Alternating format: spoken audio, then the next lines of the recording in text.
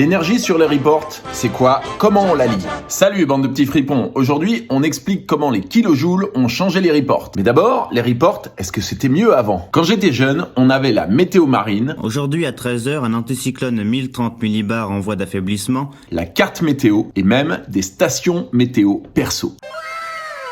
Puis, dans les années 90, on pouvait appeler Ocean Surf Report pour écouter un mec pas réveillé faire des reports approximatifs en ouvrant son shop. Ça donnait une idée des conditions avant de prendre la voiture. Avec Internet, on a eu accès à la NOAA, au CHOM et à WaveWatch 3.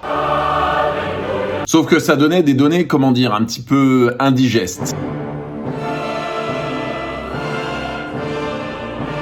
Ces chiffres à la con, c'est la densité spectrale.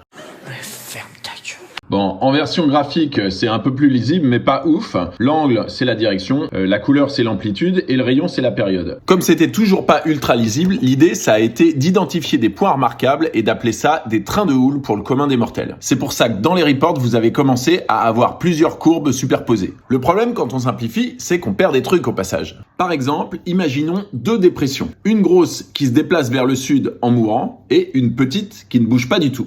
La grosse, elle va donner un truc comme ça, avec une houle qui vient de partout où la dépression passe. Et la petite, elle va donner un truc comme ça, avec quelque chose de très concentré en termes de direction. Si on essaye de simplifier les deux graphiques pour le commun des mortels, dans les deux cas, on va dire que c'est du 2 mètres en 11 secondes. Parce que le pic du graphique, dans les deux cas, c'est 2 mètres en 11 secondes. Mais évidemment que la grosse dépression, elle va donner plus de vagues une fois arrivée sur la plage. Donc, comment on fait pour comparer une houle de 2 mètres 11 avec une houle de 2 mètres 11 ? Grâce à l'énergie. Mais voilà, mais c'était sûr en fait! C'était sûr! L'énergie, c'est ce qu'on obtient quand on fait la somme en angle et en fréquence de tous les petits bouts de houle de ce spectre à la con.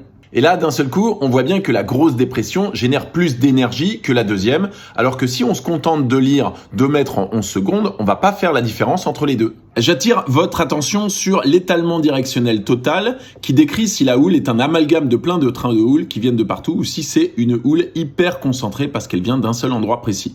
Ok, maintenant comment on s'en sert pour le surf? Niveau débutant, on va regarder la taille. Niveau intermédiaire, on affine avec la période. Plus c'est long, plus c'est bon. Et enfin, niveau expert, on s'habitue à regarder l'énergie. Rapidement, on va remarquer que tel spot commence à marcher à 100 kJ et sature à 800 kJ. Et l'étalement directionnel va nous dire si c'est chantier ou si c'est bien rangé. Voilà, c'est tout pour l'énergie. J'hésite à faire un report 2 fois par semaine pour les conditions. Dites-moi si ça vous intéresse ou si on s'en fout. Dans tous les cas, likez, abonnez-vous. Bisous!